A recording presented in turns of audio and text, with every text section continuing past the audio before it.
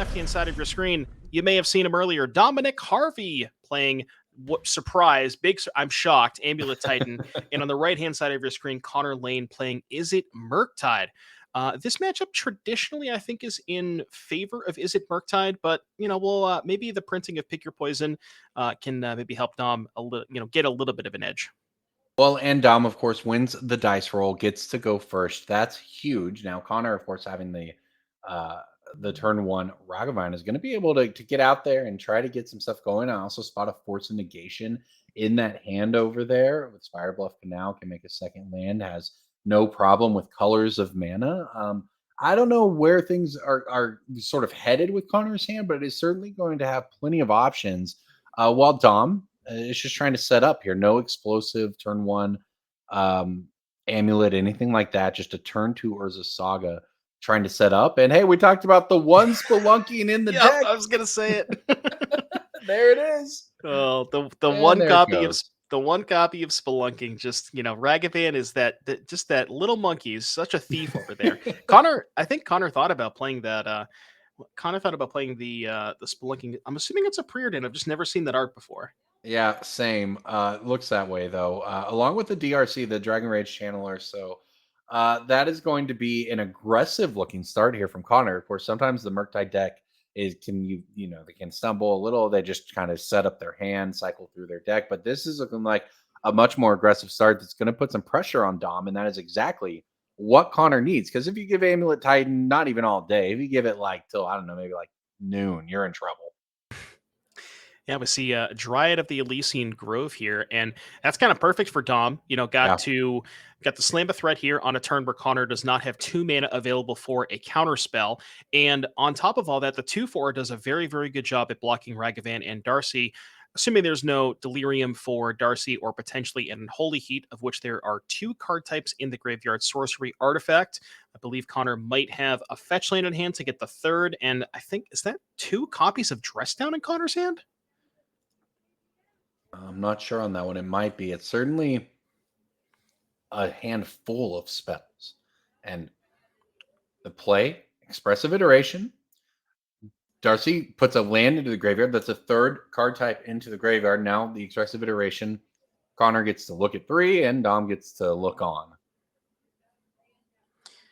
Yep, so taking a peek and see what Connor wants here. So ideally, that's going to be, so we see 3 types in the graveyard. So with Artifact, Sorcery, Land, Connor wants to try and find a way to get an instant in the graveyard, if to be able to get Delirium for that Dragon's Rage Channeler, or a potential Unholy Heat if there is one available. So we see a Spell Pierce exiled, so probably doesn't want that one, and see what we picked up in the hand.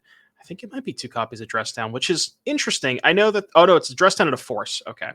So Dress Down would give you the 4th type, not this turn, because you could say cast it on Dom's next turn and then put that into the graveyard. But it's possible that Connor also wants to hold the Dress Down for the turn that Primeval Titan goes off. Right. And I hope that you're not going to ask me about Dress Down Dryad interactions, because I'm not going to know the answer.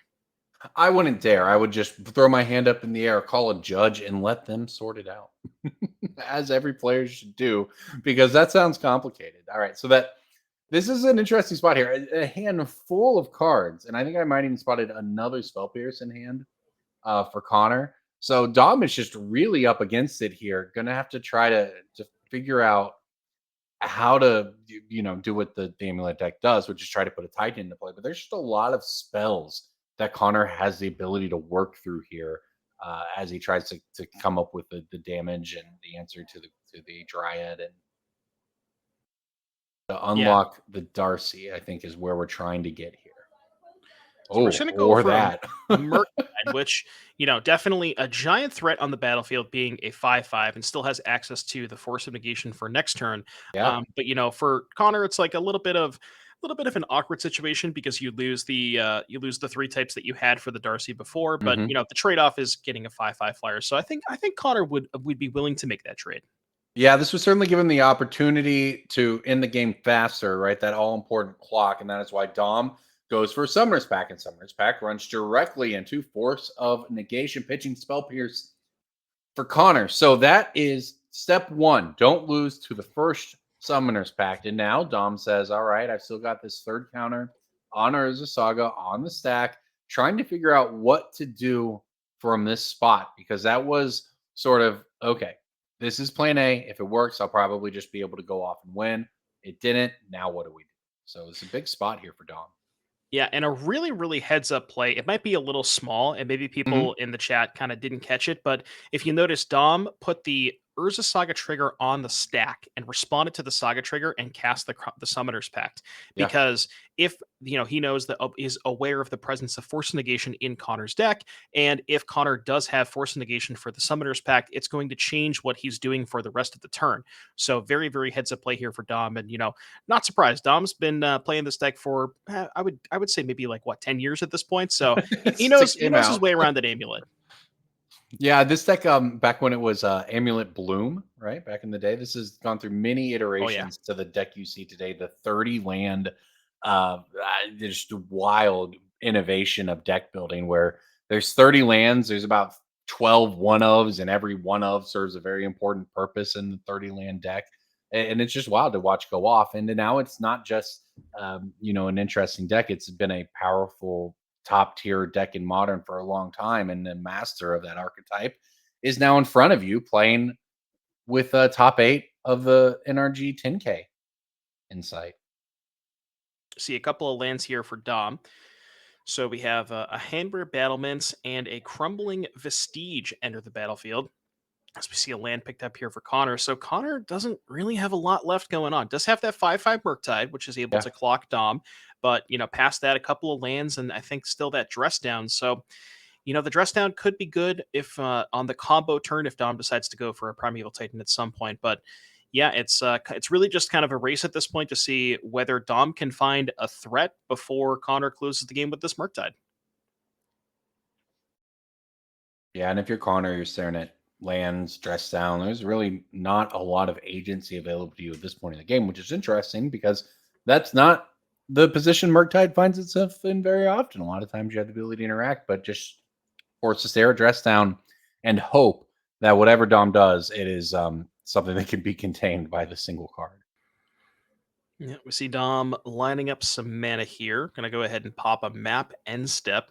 And one other thing worth noting here, Corbin, Hmm. Dom does have a Valakut in play and has a copy of Dryad. So we don't typically see this in the Yeah. Amulet deck, but this is what we call the manual Valakut mode. Just like it was meant to be played, I might add, back when that card came out, right? No, it's actually been paired with Primeval Titan going back forever. And in this case, no Titan needed. You just play them all, and that might be pretty good. So with the Dryad in play, that turns every land Oh into a no. mountain, right? No, Corbin, he's casting the dress down. I don't know. You're gonna ask me how this works, and I'm not gonna know the answer. Uh, I think the I promise Dryad's I shut won't off, ask. but I I promise I won't ask. no. Here's what we know. That's what Dress Down says. Creatures lose all abilities via the instep, sacrifice Dress Down. Here's what I know. By the time we reach the instep, our long national nightmare will be over, and Yeah, we'll be that's able true. to move on That's with true. the rules of this game. But hey, it may not be that bad. What's Dress what's Down nice is hits the board. wh- what's nice about this is that Dom definitely knows how it works. So Dom's not going to play into it. So we can look very smart and just whatever Dom does, we can just Yeah. say, okay, that was right because obviously the Dryad was turned Oh, off. of course, for You sure. know. This is a spot for him though, because you're at 13 life now for Dominic. You're staring down that Murktide Regent. You're also staring down at Darcy that at some point will get delirium and will come crashing in as well. And it's just kind of hanging on by a nice edge here for you. As and you're like, wow, my opponent's playing dress downs. They must really have stuff here. Now we know Connor is basically out of gas, so the coast is clear for Dominic to try to resolve Oh, whatever it is he can. oh, here it is. Okay, And it's so coming up. yeah, so somebody in chat was saying that the lands get the abilities anyways, which I didn't know that, and it looks like obviously Connor didn't know that because the dress down was cast, and Dom plays the Valakut and points to the Valakut, or plays the Vesuva and points to the Valakut triggers. So, maybe not the most intuitive thing, maybe not something that like I said, I clearly didn't know that's how it works. Mhm. So, All right, well, we'll work this out and we'll figure out where we go from here. But this is what a spot for these players to be in. In game one, by the way, I might add, very back and forth. game, and just not necessarily in the board state, but in terms of who we feel is advantaged in terms of sort of doing their thing. And this is definitely not the interaction we thought this would come down to. Yeah, no, you learn something new every day. And one thing that I will mention, the answer typically, if you're not familiar with this, the answer at the end of the day, it's usually layers. Whatever the answer may be, it's most of the time it's always layers. It looks like judges are confirming this with the players that that is in fact how it works. Looks like Dom is, but explaining that, and I'm sure we'll get this all solved in just a second here. But yeah, so that assuming that we get the board state back to where we are, that the Vesuva, who what is copying the Valakut, is going to get 2 triggers to go ahead and kill that Murktide. And now that the Murktide is removed from the battlefield, Connor really has nothing left. There's 2 lands in hand and a Yeah. 2/1 and a 1/1. Unless we have instant land and the Murktide will be creatures. So yeah, that will not be able to give Not delirium quite. for Connor. There's a preordain in hand though, so when he untaps, it would be threatening in that case. So this game is going to go very like it's going to be decided basically by what happens in this next step here, right? So what Dom chooses to do and playing against the dress down, and it's just kind of going in the tank here, looking at his hand, trying to decide what's the best way to break through the defenses, counting it up. Yeah, interesting thing to to note there, Dom, going into the tank there a little bit. My instinct Mhm. would be it would just be very obvious to kill the Murktide, but Dom Yep, thinking through all of the lines here, because we do have a fetch available, so that can actually kill 2 more things. that's So right. that Misty Rainforest can go ahead and get a forest. That the lands are still all types because of that Dryad, and I guess Dom was maybe thinking about going upstairs because does have the 2/4 to kind of brick wall the Channeler and the Ragavan anyways, so it doesn't necessarily need to kill those with the Dryad. But maybe there's a situation where Connor untaps, finds a removal spell for the Dryad, and then you can respawn, crack the fetch, kill both creatures, and then kind of go about your way.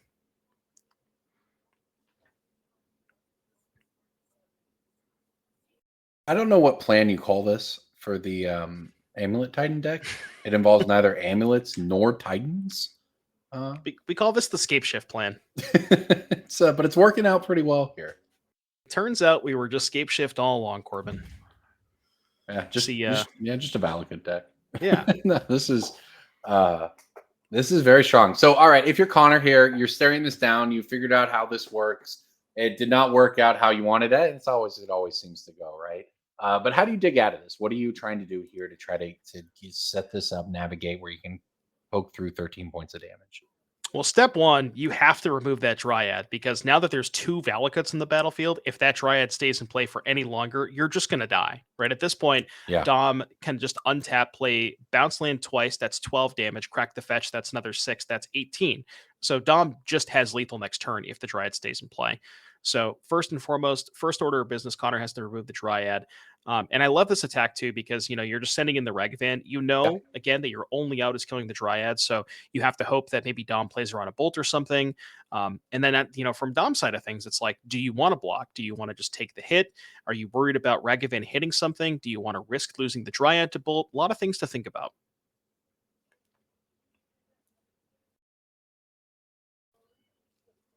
Looks like Dom chooses not to block. Hit a Boseiju off of the Ragavan. It's going to generate a treasure, and then we will have to see exactly what is the follow up here. An iteration in hand here for Connor, thinking about sacrifice the treasure and runs out the iteration. That'll trigger the Darcy, but that means not lethal, right? That means if you're Dominic, you're going to have you see the path forward here to untap and try to piece together a win. And if you're Connor, you are very much looking for something to get you there. And it's going to exile the Steam Vents and see what he threw to hand here, but it's going to have to be something very good. Yeah, I think it's Unholy Heat or bust at this point. You see Connor go it. Connor did Graveyard a Lightning Bolt as well. So if Dom had blocked the Ragavan, that might have been an out for Connor. But yeah, tap out for Connor. Dom's going to show the bounce land, and we are going to be moving to game number 2 here in just a moment. Yeah, well done by Dom there to not walk into that. And you mentioned the way that gives him the opportunity to finish that one off without exposing himself to anything there. So very expertly played, well navigated, and that is game 1 going over to Dominic Harvey there on Amulet Titan. Connor Laehn is going to have to turn to the sideboard here to try to catch up in game 2. Yeah, how many Blood Moons we got? Connor Laehn, we got one Magus of Just the Moon, one. and well, we got a Blood Moon too, so technically 2 copies. Past that, we also have a Subtlety, 2 Annuls, a Flusterstorm, a Pick Your Poison, a Spell Snare, 2 Stern Scolding, 2 Surgical, a Cast into Fire, a Brotherhood's End, and a Hearse. That's a lot of one-ofs. I ran out of breath there for a second. We You are got through going it. It to was good. be Connor's going to be looking towards the 2 moon effects, Magus and Blood Moon, the 1 copy of Subtlety. Past that, the Pick Your Poison I think is pretty good. Kills Amulet, One Ring, and Urza Saga. Surgical Extraction. I mean, you could like counter their Titan and then surgical it. I think that's probably a little too narrow. And Yeah. then maybe Cast into Fire for the One Ring / Amulet. Yeah, the thing is, if you're Connor, you do have the ability to just kind of trim at the edges of your deck and still, kind of maintain the overall is it Murktide plan while getting slightly better. Now, of course, the thing is you're going to need it because that game showed that it doesn't always take an explosive Amulet Titan start to get you if you're not able to present a fast enough clock, if you're not able to have answers to every creature that hits the board. Even the ramp creatures can turn into win conditions under the right conditions for Dominic Harvey. That's what we saw. So Yeah, we saw Connor gonna need some help the from that manual sideboard. mode Yeah, manual mode manual there mode. in game Love 1. that. Let's take a look at Dom's sideboard and see what Dom has to work with. We'll note Dom is playing 61 cards. Shout out to the 61st card. I would love to ask Dom, in an interview what the Yeah. 61st card is, but in any case, the sideboard we have an Endurance, a Roxanne, Starfall Savant, really good card in Limited. I know Some that. meteorites. Yeah, 1 Thragtusk, 2 Generous Ents, a Colossal Skyturtle, 2 Dismembers, a Tormod's Crypt, 2 Spelunking, a Castle Garenbrig, a Gemstone Caverns, a Khalni Garden, and a Radiant Fountain. So the cards that I'm kind of thinking about here are the Yeah. additional threats. Roxanne and Thragtusk seem pretty good because your opponent's going to be, counterspelling and fighting over a lot of your Primeval Titans. Especially like Roxanne and Thragtusk against Blood Moon makes a lot of sense. hmm And, kind of in that same vein, Generous Ent being able to search a basic forest and also be hard castable under a Blood Moon seems pretty good to me. Past that, the Dismembers, maybe to handle the early Ragavans. And then I think that's probably it. Maybe the Endurance too. Yeah, I was gonna say that's like a handful there, and you have to decide, of course, when you're playing Amulet Titan. Okay, well, how much of my deck do I want to dilute, right? Because the power of Amulet Titan is how synergistic everything is together. And if your hand ends up being the handful of sideboard cards that don't really work with the rest of your deck, that cannot necessarily be what you want. But what he is looking for is going to be finding 1 to 2 of any of those cards you mentioned at any given game to swing it back around while still having the ability to, of course, be the more threatening deck in the matchup, right? When you talk about who's the beatdown in this one, it's certainly the Amulet Titan deck that has the ability to end the game faster, despite Murktide being the one with Ragavans. Absolutely. That was a very, very interesting game 1 that we get to see there where, Dom kind of sequenced things, pretty well, was able to suss out the force of negation on the Summoner's Pact, excuse me. And hmm then just, Connor just not able to find an answer to that Dryad of the Ilysian Grove combined with that second Valakut. The main deck, there's a copy of Mirrorpool, which I feel like has been more stock as of late, but a card that I have just really never interacted with, but it's a really sweet land that allows you to copy your Primeval Titans. Perhaps maybe not going to come up in this matchup, but just always nice to see some kind of new tech floating its way into the Amulet mana base. Yeah, Amulet, of course, being famous for, as you mentioned, it being 61 cards sometimes, but also just playing just sort of the most ridiculous card you've ever seen, right? New set comes out and you're looking through it and you just see something that has some words you've never seen on a Magic card before, and someone's like, "Yeah, I think this will be a great one of in my Amulet deck." Yeah, we got a Roxanne of the sideboard. I think Yeah, Dom right. was at one point experimenting with there's like the spree that lets you put 2 creatures into play or something, and I think we were talking about that. But anyways, let's I don't mean to distract chat too much. We have a turn 1 Arboreal Grazer, Dragon's Rage Channeler, and Ragavan's Mortal Enemy, and a couple of lands here for Connor. So we'll have to see if we have the Dryad here, and there it is. Do we have a counter spell here for Connor? Yeah, so what a brick wall in that Arboreal Grazer up from Dom there. Grazer's broken. It's just like unironically, when Grazer is good, it's one of the best cards in the matchup. It's like ramp you and buy you infinite time. It's such a good card in this deck. That third point of toughness comes up. Ooh, we see a Castle Garenbrig here for Dom, combined with that Simic Growth Chamber. If Dom has an untapped land and a Primeval Titan, that is going to be the play for next turn, unless Connor has something to say about it, because I did get a glimpse of a Magus of the Moon hiding out there in Connor's Well, he's hand. going to need something to say about it because he's just got nothing going on right now, right? Your DRC can't attack. Dom's just ramping over there. He's got everything that he wants. He very quickly watching this one slip away just before it's even started. Yeah, we see a Petty Theft take care of a Dryad. That's maybe not exactly, I mean, it's like a fine tempo Mm. play, but as far as what you would prefer to do on turn two, that's probably on the bottom of the list of things Yeah. that you would want to do. It's a lot better when your one drop is connecting, that's for sure. Yeah.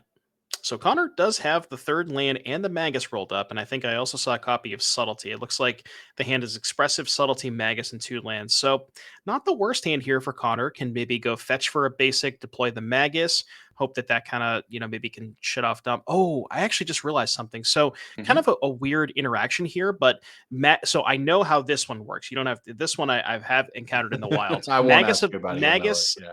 Magus of the Moon versus Dryad. So this one is a weird lineup where it depends Mhm. on what the last one came into play was, right? Yeah. So because Connor cast that Brazen Barber end step, if Connor deploys Magus and then Dom plays Dryad, Dom's lands are all types. But if we hadn't bounced the Magus with the Borrower, and then we had Right. just or hadn't bounced the Dryad with the Borrower, Mhm. had just went untapped land Magus, then we would have had basically the last one in play. So kind of an interesting lineup there for Connor. Yeah, the things you learn when Amulet Titan is involved, am I right? Yeah, too many layers. I've had enough layers for today. Well, this is as this one ticks on here. Dominic just setting up the mana. Connor able to finally start to do something with the DRC. Ragavan hits the board, and that Magus in hand is going to try to fight up against this. So big turn coming up here, that's for sure. As Dom untaps, takes the draw, stares down the board, considers what to do while you have a window to try to do it. And Dom does have that untapped land, so the question is, do we have a Titan? I see the land. We know about a Dryad in hand. Saw a basic forest, but I can't quite get a good look to see if there is a Pact or a Titan. Some Yeah, interesting Titan, of things. course. Yeah, go ahead. Some interesting things to think about for Dom too is like if it's Pact and I Pact and the Titan doesn't work and then I get Blood Moon. But fortunately for Dom, did pick up the second basic forest. So, but we're gonna go for the One Ring instead. Yeah, this runs out. Look, if you have Pact and it runs into, say, a Force of Negation, you're not able to do much. Whereas in this case, if the ring needs it, maybe you follow up with that later. But in this case, ring doesn't even run into a counter spell. It just resolves. Dom gets to activate it. And now this game takes on a little different texture because now you know you're going to have a much safer next turn and get to untap with more cards after that. Yeah, this one seems like it's kind of slipping away here from Connor. Now, does have, and again, there's this weird interaction where Connor has the Magus of the Moon, but Hmm. unfortunately, does we know that there's a Dryad in Dom's hand. So if Connor deploys that Magus, and I almost wonder if when Connor cast the Brazen Borrower, maybe he didn't really think about that, but you notice that Connor has not chosen to cast the Magus, so he That's right. clearly knows that's how it works, but maybe just kind of didn't think about that when we were casting the bar on turn two. Yeah, I mean, you memorize your 7 layers of Magus of the Moon before you came to your modern tournament today? Yeah, so many layers. Well, that is where things stand, though, as Connor stares down at the hand, just tries to figure out what he's going to do with it. And here it comes. Dryad of the Here's Elysian Grove from Dom. What does Connor want to do with this on the stack?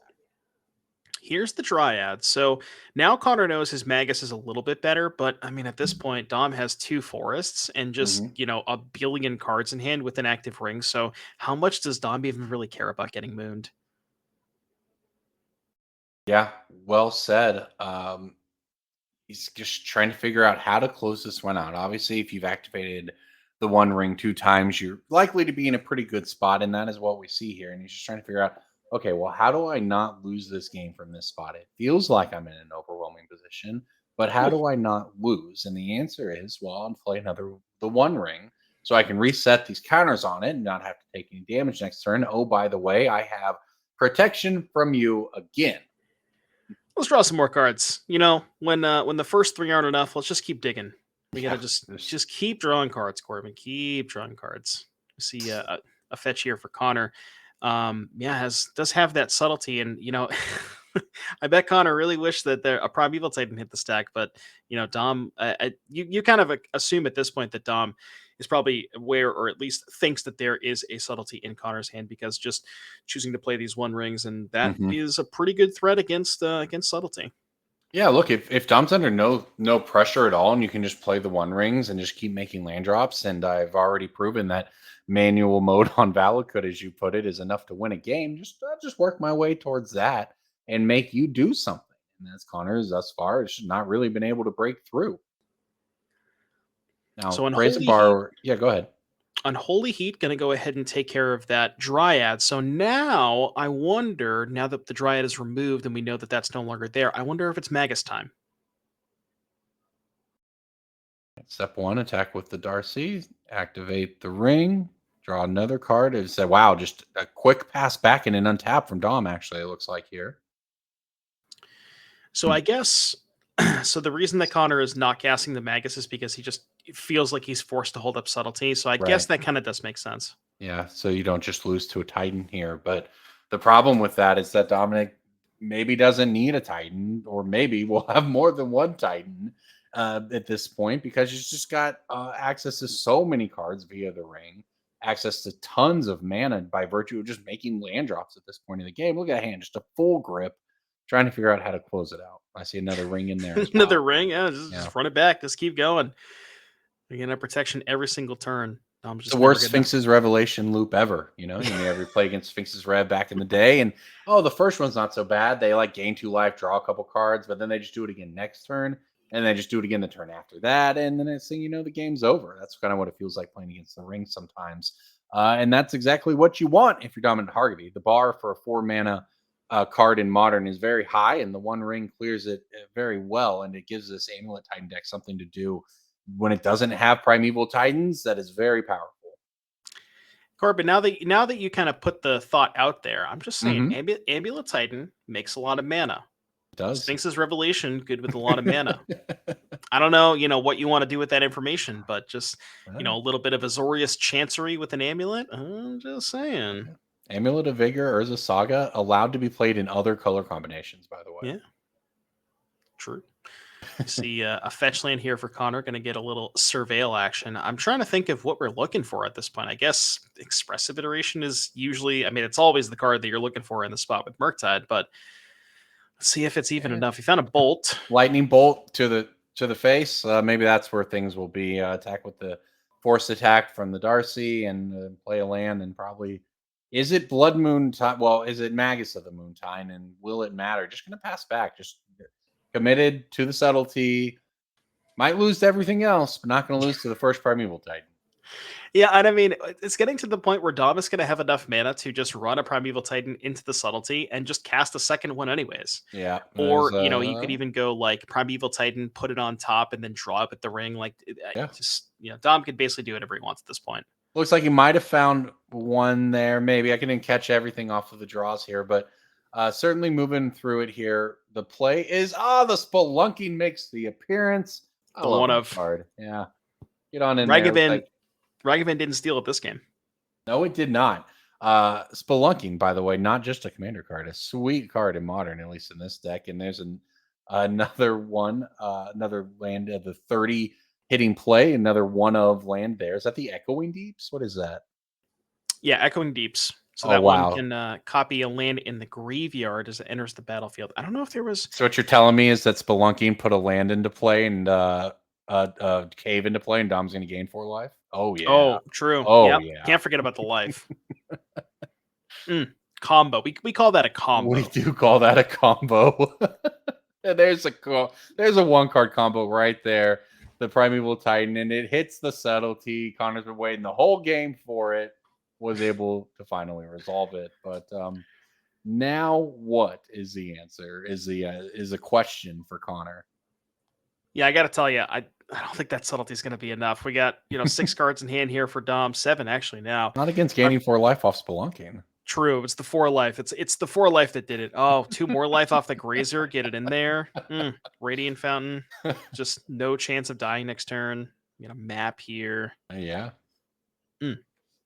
Wow, this is with no Primeval Titans involved. That's what's pretty neat about this, right? Now, obviously, the Arboreal Grazers gave Dom all kinds of time, and the One Rings did what the One Ring tends to do. But this was still no Primeval Titans involved in this match. Yeah, we've changed from here, right? Game what we signed up, when we sat down at the table, we were Amulet Titan. Yeah. Game 1, we were Scape Shift, and now game 2, we're Simic Ring. So this deck's got an identity crisis. Yeah, the One Ring is a heck of a card. It's a lot, especially when you draw 3 of them, to be fair. But they usually do find it more copies of each other. The ring begets more rings, and wins are begetting more wins for Dominic Harvey here, who is on the verge of moving to 7-1 and be right on the edge of that top 8 here at the NRG 10K Modern Showdown. I'm Corbin Hostler, joined by Devin O'Donnell. We are watching Amulet Titan try to put the finishing touches on here against Connor Lane's Is It Murktide in round 8. So we finally saw the Magus. Connor, was able to deploy the subtlety, so feels like he is finally able to deploy that Magus. But, Corbin, I think we might actually be seeing a new card here. So we talked about that Roxanne that was in Dom's sideboard. That one, notably, is castable under a moon, and it also creates a meteorite. And you know what meteorites are pretty good at destroying? Maguses. Oh, all meteorites are pretty good at doing 2 damage. I love that they brought that back. I think it was some core set 10 years ago that introduced the concept of meteorite coming in, making mana, doing 2 damage, and they bring it back with Roxanne, and somehow it makes its way to a modern tournament, NRG Championship Series in front of you. That is what Magic's all about. Ring number 4 has entered the stack here for Dom. Get a little protection trigger. Maybe a couple more cards. Dom's like, man, I've drawn half of my deck at this point, but I just need more cards. Dom back down to 11. Look, all the life gain we memed on is kind of relevant here, and that's a counter spell that's going to hit that ring. So, okay, the One Ring's going to ping. What else? What's next for Dom here? He got all the cards in hand, but the game is still not over. Yeah, Dom does have access to 5 mana, so if there's definitely a Summoner's Pact in hand. So it's possible that the One Ring was just bait for Dom, trying to bait out the counterspell that he presumed was in hand, and now we can maybe go Summoner's Pact for Roxanne. Or I think we might just have the Roxanne in hand. I think that might have been pulled up to the front. So we are loading up 5 mana here. Yeah, that's definitely Roxanne. Wow. Roxanne. Wow, look at that. Magus down. I want to see if Dom has the actual meteorite. Is that the meteorite? I think it is, right? Yeah, it has to be. Can we get the meteorite token up on screen? I want to see the full screen of it. If this is what punches Dom's ticket to 7-1 and a possible shot at the top 8 here at the Open, the meteorite ticket off of Roxanne, amazing. I heard you rocking out over there, by the way. I'm not brave enough to do it, but I was thinking it. I'm getting word from our producer that unfortunately Scryfall will not pull up the tokens, but we can assure you that there is a meteorite in play. Dom getting out the mana counter here. Ooh, I wonder if we can maybe get a little more land drops here and still go towards the Titan. I mean, it would be pretty impressive to have a 4 mana spell, a 5 mana spell, and then still after all of that have enough mana to cast a 6 mana spell. Yeah, instead it looks like a Summoner's Pact for a good old Grazer. It's just +1 mana. Sure is. That's basically just an Elvish Spirit Guide, right? Might as well be. So we got 1 floating. Grays are going to get a bounce land. It gets us to 2 mana. Is it the Radiant Fountain? What do we pick up? 3 mana. A Dryad. Okay. And is a Radiant Fountain back up to 13. Okay. We have one Pact, and even if Connor does have the second moon, Dom does have the two forests in play, so is still able to Yeah. pay for Pact if a moon comes down, and the meteorite too. That's actually kind of sick that Roxanne not only like can provide a threat in and of itself, but also gives you more colored mana to be able to fight through Blood Moon. And he very conveniently does exactly enough damage to kill the Magus, which is relevant. Wow. I mean, really an interesting game. And oh, by the way, Dom has gained a minimum of 8 life this game off of lands, right? Or and or spelunkings, right? A lot, Maybe yeah. even 10. And oh, by the way, Dominic is at 10 life right now. This has been really kind of an incredible matchup for something that feels like the Amulet Titan deck just has it all. And Connor didn't have a clock, but Connor has probably dealt lethal damage by this point in the game.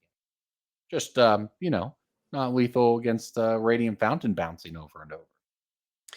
Now, I guess the thing to consider is Dom is at 7. So basically, facing down a decent amount of pressure here, the Roxanne can go ahead and take out the Brazen Borrower, but then there would still be 6 in the air. So if Dom somehow does not produce lethal this turn, I don't know, maybe there still could be a chance for Connor, but kind of Yeah. depends. Here's a Titan tight here's a resolving, Titan. that can't be good. Yeah, here's a Titan. I think I saw a Hanweir Battlements in hand, so I'm not sure what Dom has uh, to pull out of the deck still at this point, what exactly he's looking for. But yeah, this game is still kind of teetering. He's gonna have to find something. Looks like maybe Valakut. And is that two? Yeah. Yeah. Oh, Yeah, okay. So that's a yeah, pretty two good one. That's a Velikits, pretty then good two for the one. Yeah, Roxanne. that'll do it. Congratulations to Dominic Harvey taking this match 2-0 over Connor Laehn. Roxanne, just the the all star there. Love to see some new cards here. It was. I love Dom giving the wave to the nod to the camera there, the knowing look. Yeah, I just did that. This was. I guess we Hmm. look. We talked it up. No Primeval Titans involved. The Primeval Titan did come in, but what a win for Dominic Harvey, taking down round 8 here at the NRG 10K Modern Showdown, getting ready as we move towards round 9 and the top 8. All right, so it looks like we are going to go ahead and take you over to game number 3 of our backup match. We talked about having some people that you may be familiar with, and we might have another one of those on the backup match here. So let's see if we can go over there in just a second and see what we have in store for you guys today. So on the left-hand side of your screen, Jonathan Zaksic, you know him better as Nikachu. On the right-hand side of your screen, Blake Madskin playing Rakdos Scam. Corbin, talk to me about Murfolk. I know you've been begging to get it on camera all day, and we finally got it for you. Hey, I look, Jonathan Zakzak Nikachu is 6-1 with it. He got it on camera. I'm just here to watch and enjoy. Now, as longtime Merfolk fans might know, Nikachu and myself are both huge enjoyers of this. Nikachu played this on the Miko Masters series this season, has had success with it everywhere. Truly a master of the archetype. Oh, by the way, uh, made the finals of a Grand Prix with this deck back in the day. He's been on this Oh yeah. forever. And that is why he is doing so well with it today. Of course, on the other side, Blake Madsen has been finding success with the traditional Rakdos scam. It's been still kind of the deck that has game against everything in the field. It's working its way through right now. And here, the grief reveals a handful of Merfolk and a Stern Scolding, which is a nice new pickup for the fish deck. But Vile and only a colorless source right now. Well, all right. There's your Look at this. I look at love that. it. Yeah, because he had the Stern Scolding in his opening hand, and you know that Nikachu definitely wanted to play an island and hold up Scolding on turn 1, but Yep. had to play the Vial instead. And just the island off the top, you love to see the showmanship. But yeah, we see Grief Scam here taking out the Dismember, which is the answer to the Grief and the Lord of Atlantis. Now, for Nikachu, does still have some stuff left over, has the Tide Shaper and a Lord which he can deploy next turn. Ideally, looking probably for a 2-drop next turn, so you can kind of double spell, cast a creature, and then Vial one in. But yeah, this seems maybe like a rough spot here for Jonathan. Yeah, that was definitely very much one of the we've talked all day about how important the early turns in modern can be, whether it's turn 1 or turn 2 or sometimes turn 0. And in this game, it was turn 1. That Stern Scolding with the colored mana source there would have been just absolutely massive against Scam. Instead, it doesn't happen, and now you've got Jonathan kind of on the back foot here, is able to turn one land into an island. So Matson's mana may be a little constrained, but definitely a back foot spot for Merfolk here. Yeah, and I see the hand here for Blake. It looks like a Ragavan and Orcish Bowmasters, potentially looks like maybe a Dathi Voidwalker. Kind of hard to tell, but yeah, really just kind of looking for some. Wants to be able to try and. I mean, is already way ahead in the race with that grief, so Hmm. doesn't have to worry too much about that. Looks like a Takanuma and a Bloodstained Mire. So two lands, a Ragavan and an Orcish Bowmasters. And Blake, knowing that the Stern Scolding is face up, just wants to kind of make sure if you're going to play the Orcish Bowmaster, wants to deploy that now. Looks like it's choosing to play the Ragavan instead. And yeah, like I said, Nikachu really wants to try and find a 2 mana card here, 2 mana creature specifically to be able to double spell. And I think if there is a double spell turn here for Nikachu, there is potential to be able to win this race versus the Grief. Yeah, certainly going to have to draw well, but hey, it's not out of the realm of possibility here. And let's see what that draw is. Looked at it very quickly, threw it down, and now the math has begun. A little smirk. Why not? Let's see what happens. I'll turn this Tide Shaper sideways. Block. So the Tide Shaper is a 2/2, and because Blake has that island, if Blake were to try to block, of course, Nikachu can Violent a Merfolk to pump it at instant speed. He may end up doing that regardless, just to get in for extra damage here. But yeah, this race is it can change a little differently with Lord Math, that's for sure, and of course the damage that Blake did to himself. Yeah, the Fetch Shock at the Blood Crypt and the second Blood Crypt as well. So Blake definitely helping Nikachu along with this race. So yeah, we see this can get in for 6 damage. Jonathan probably does not want to trade the Ragavan for the Lord of Atlantis. Maybe found an additional creature to be able to do that. Perhaps something like, I'm looking at the deck list here. Something like maybe a Merfolk Trickster. Although if that was the draw, that Yeah, probably it would is. have been flashed in to tap the Grief. So probably not that. But yeah, we'll have to see what he decides to do here, whether he wants to make the trade or just take the damage. All right, looks like it's Violin. Yep, we backed up to beginning of combat. Violin Trickster, tap down Grief. Now you can attack. If you want to attack with Ragavan into Trickster, you can. Wow. And what's interesting here, Jonathan, Nagachu keeps up that Stern Scolding. Could have actually cast the Merfolk Trickster and then viled in the Lord. Instead, just chooses to hold up the Scolding here for this. And it's a Dismember that looks like comes off the top there from the Ragavan. Yeah, kind of interesting. I wonder what maybe we're worried that there's a second copy of, or maybe like a Dathi Voidwalker he wants to hold up the Scolding for, because I was interested in maybe just playing the Lord of Atlantis, but yeah, definitely favoring holding up that Stern Scolding. And Dismember's kind of an unfortunate hit here because we can just use Yeah. that to kill one of Jonathan's creatures. I think that Dismember should go to Jonathan's graveyard. I'm sure they'll get it in a second, but Yeah, that's you're my you're card right. now. You're right though. And this one might not be long for this world. Anyway, as this all seems to have wrapped up really quick in terms of just Blake able to take control of the board, able to remove almost everything in play, is able to keep the grief around, and now Jonathan's just able to redeploy Lord of Atlantis, keep up this very lonely Stern Scolding that he's had the entire game, and try to find a way out from there. But Blake, wow, look Oh, it at was an that. explosives. Okay, I was Okay. I was confused as to why all the stuff died, but it was an Yes. engineered explosives. That's what it was. And there we go. We figured out the dismember as well. Yeah, the engineering explosives cleared the board, and Orcish Bowmasters into Stern Scalding now. They finally got an answer for that. And yeah, I mean, with all of that said, everything that's happened, Blake has not yet found a way to close things out.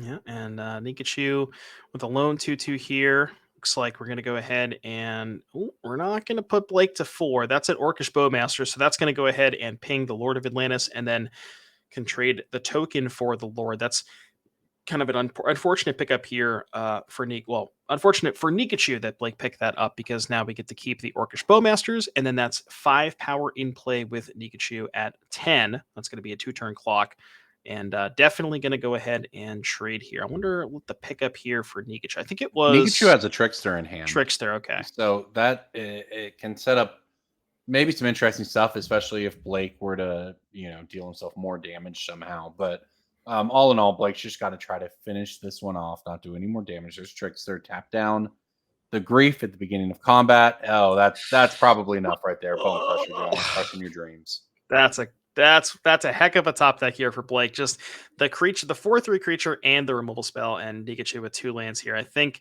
unfortunately for Pikachu fans, maybe there's still a chance at top 8 at X2. Not exactly sure what the breakers look like, but yeah, this was kind of a tough spot here, and just Blake's hand lined up basically perfectly against Pikachu's. So. Yep, that's what it came down to. And there's the handshake. Nikachu saying, "Good game, Blake Matz, and you are the winner with Rakdos Scam, moving to 7-1 here at the NRG 10K Modern Showdown. We are marching towards that top 8.